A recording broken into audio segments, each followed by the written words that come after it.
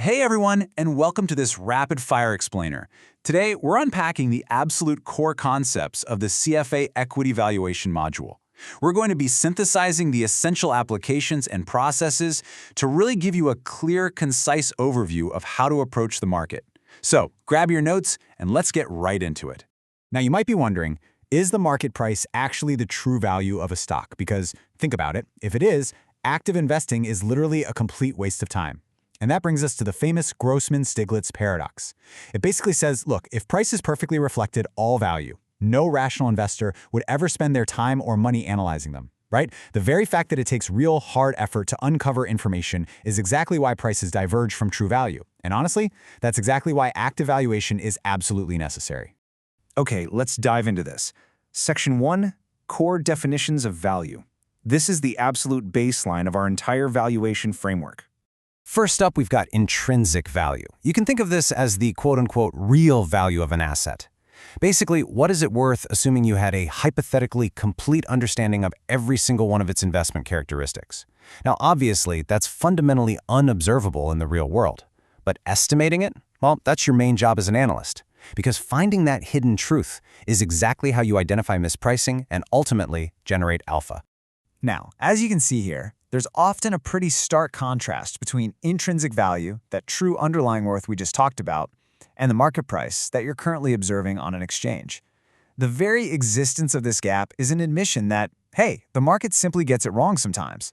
And for us, that gap right there represents our expected abnormal return. It's the true mispricing of the asset. Moving on, we also have fair market value. Now, this is the price agreed upon by a willing buyer and a willing seller, where both are fully informed and absolutely under no compulsion to trade. You'll typically see this pop up in legal or accounting contexts. Things like navigating a buy-sell agreement for a private business or running impairment tests for financial reporting. And finally, we have investment value. This one is really interesting because it's highly specific to the buyer. It's the value of an asset to one specific entity, really taking into account their unique requirements. Imagine a major corporate acquisition, like, say, Disney buying Marvel, where the acquiring company expects massive operational synergies. Because of those synergies, the investment value to Disney is going to be significantly higher than the fair market value would be to just any random buyer off the street. Section 2, Applications of Equity Valuation. Now, what's really interesting about this slide is how we actually put this into practice. Because we're going far beyond just picking stocks here. We've got 5 core applications. First, selecting stocks. Second, inferring market expectations. Basically working backward from the current price to see what kind of growth the market is assuming. Third, evaluating corporate events, things like spin-offs or mergers. Fourth, issuing fairness opinions to ensure deals are actually equitable. And fifth, evaluating broader business strategies and models. Boom! Lock those into your short-term memory. Section 3, the 5-step valuation process. This right here is an authoritative procedural learning outcome. You absolutely must memorize this for the exam. Let's move to and see how this builds chronologically. Step 1. You have to deeply understand the business and its industry dynamics. Step 2. That understanding allows you to accurately forecast future company performance. Step 3.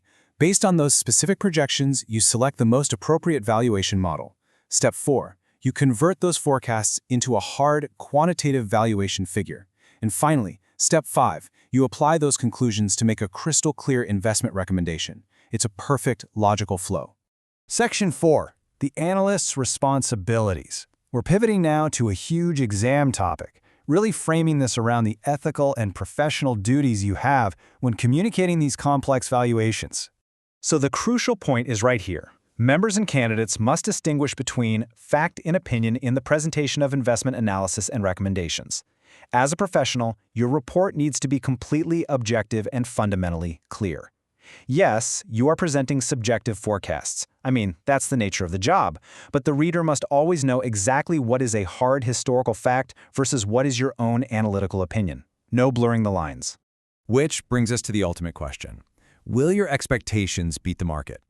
That is the entire goal of this framework, right? To find mispriced assets by doing more rigorous, insightful research than the rest of the consensus.